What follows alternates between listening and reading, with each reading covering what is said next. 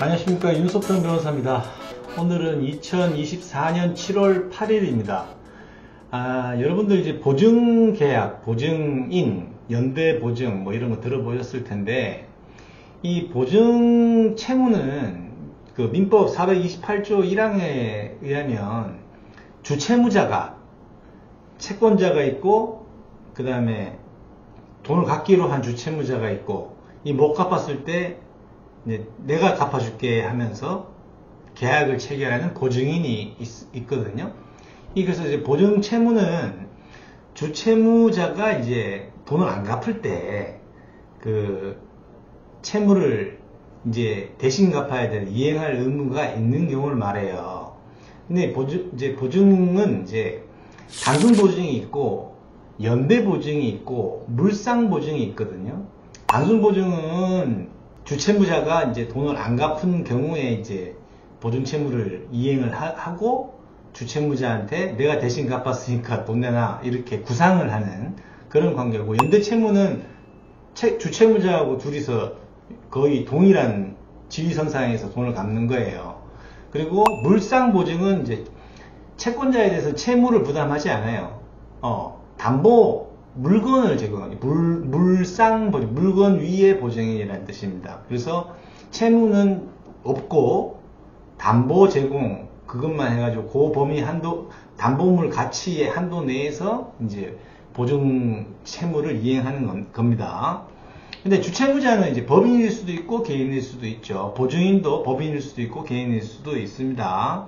자, 그런데 이제 주채무와 관련해가지고 채권자 입장에서는 주채무자도 있고 보증인도 있으니까 뭐 둘 중에 하나가 이행을 안 했을 때 내 채권 회수를 할 회수 가능성이 높아지잖아요. 그래서 보증 채권을 인적 담보 뭐 이렇게 부르기도 하는데, 물적 담보는 부동산이나 뭐 자동차나 뭐 이런 거 하는 거고.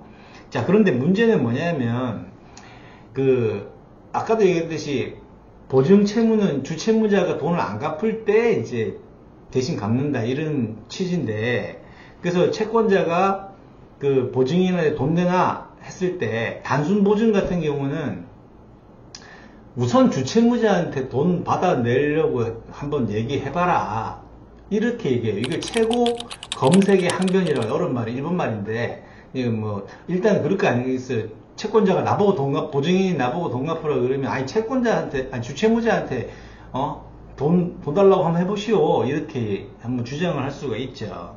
근데 대체로 보증계약은 보증인이 채권자하고 계약을 체결한 거예요. 내가 주채무자하고 동일하게 채무를 갚을게 하는. 그래서 1차적 채무자입니다. 1차적 채무자.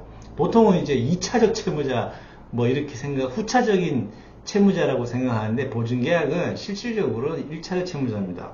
근데 보통은 채권자가 보증인한테 돈 갚으라고 했을 때 보증인이 주채무자 돈이 있는지 없는지 한번 확인해봐라, 그쪽에 연락해봐라, 나 보증인 아니냐 이런 얘기를 하더라도 주채무자가 보통 이제 자력이 없는 상황이 대부분이고, 이 보증인의 주장, 항변은 실효성이 없는 경우가 많습니다. 그래서 보증계약을 체결하는 순간 채권자와의 관계에서는 1차적 채무자가 되는 것이 실질입니다. 현실입니다.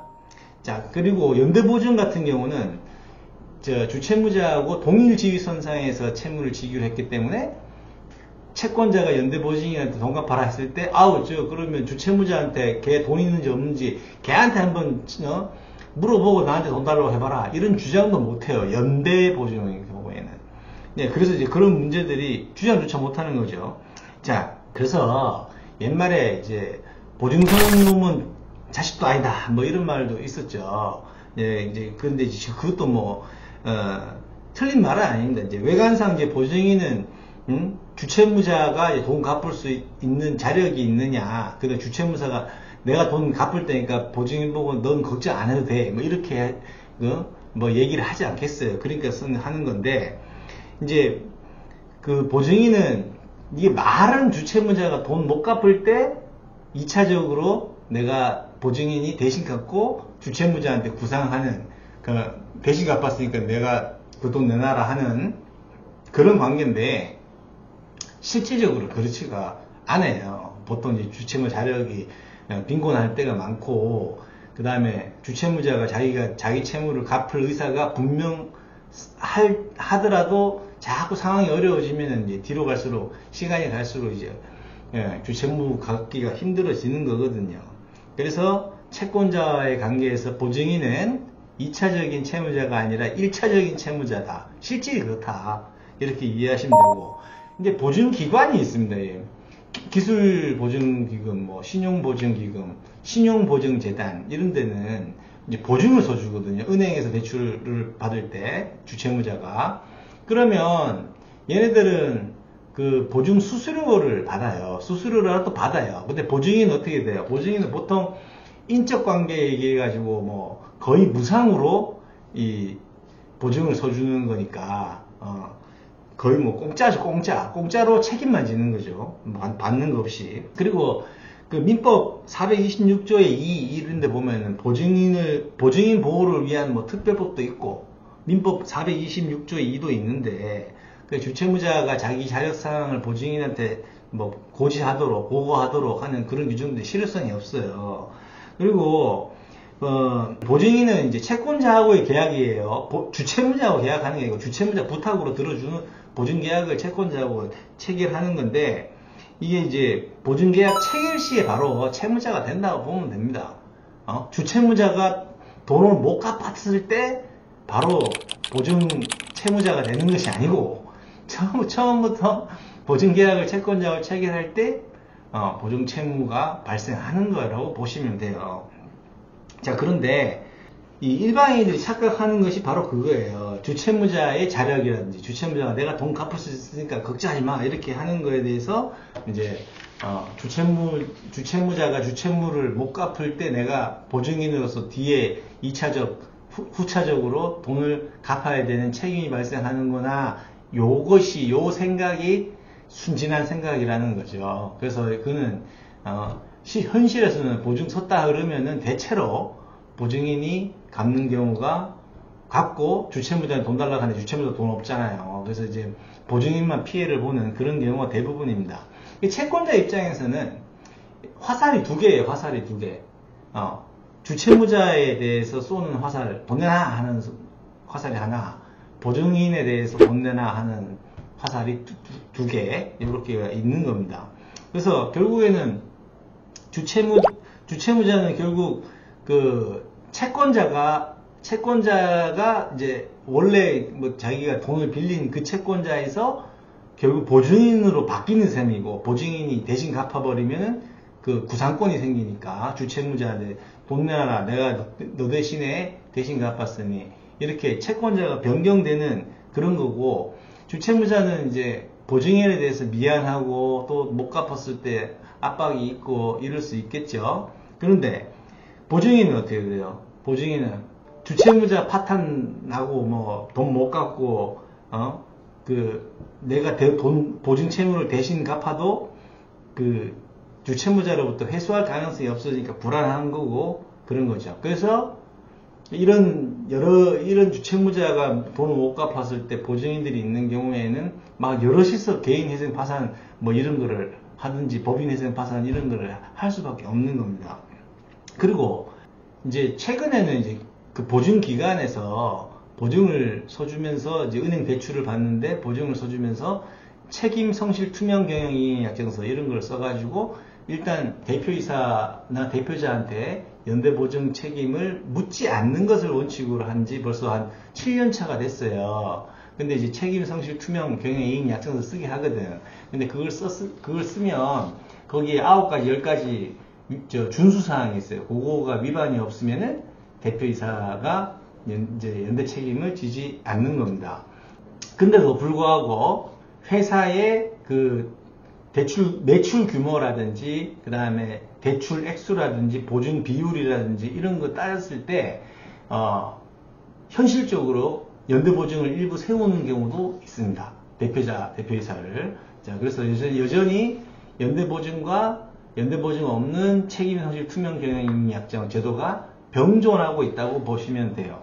자, 그래서 이 지금 채권자들이 자기 채권을 해소하기 위한 그 방법, 그 다음에 채무자들이 자기 채무를 최대한 그 탕감받고 절감하기 위한 방법, 이런 것들이 이렇게 서로 변증법적으로 발전해 왔습니다. 그래서 그 채권자의 채권 해소책하고 채무자의 채무 절감 방법, 탕감 방법, 제도, 이런 것들이 어떻게 보면은 그 남녀간에 그 밀당하듯이 그렇게 해가지고 자꾸 이제 상황이, 사회적 변화가 생기면은 법이 바뀌고 그랬었습니다.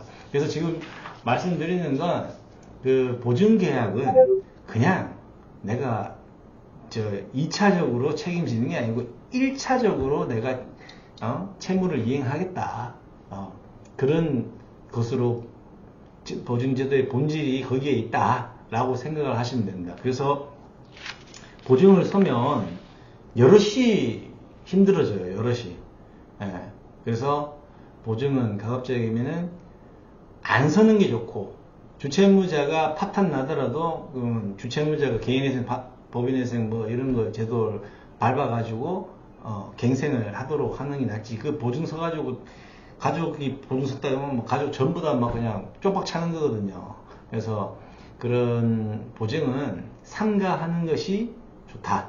그리고 이제 보증 기간을 이용한 대출을 받아서 사업을 할 때는 이제 그 책임 성실 투명 경영 제도가 이제 대체로 있으니까 거기에 대한 준수 의무를 잘 지켜서 이제 개인들이 책임을 지는 일이 없도록 하는 것이 바람직하고, 보증에 대한 그 어떤 일반적인 착각, 2차적 책임이 아니라 1차적 책임이라는 거, 그게 실질이라는 거, 그거를 정확하게 기억을 하시고 이제 보증을 서거나, 안 서는 게 좋죠. 안 서는 게 좋아요. 서면 인간관계까지 다 깨지니까. 자, 그래서 보증계약, 요거는 채권자와의 계약으로서 1차적 책임을 내가 지겠다 라고 선언하는 거다, 계약을 체결하는 거다, 이렇게 명심하시면 되겠습니다. 여기까지 시청해주셔서 감사합니다.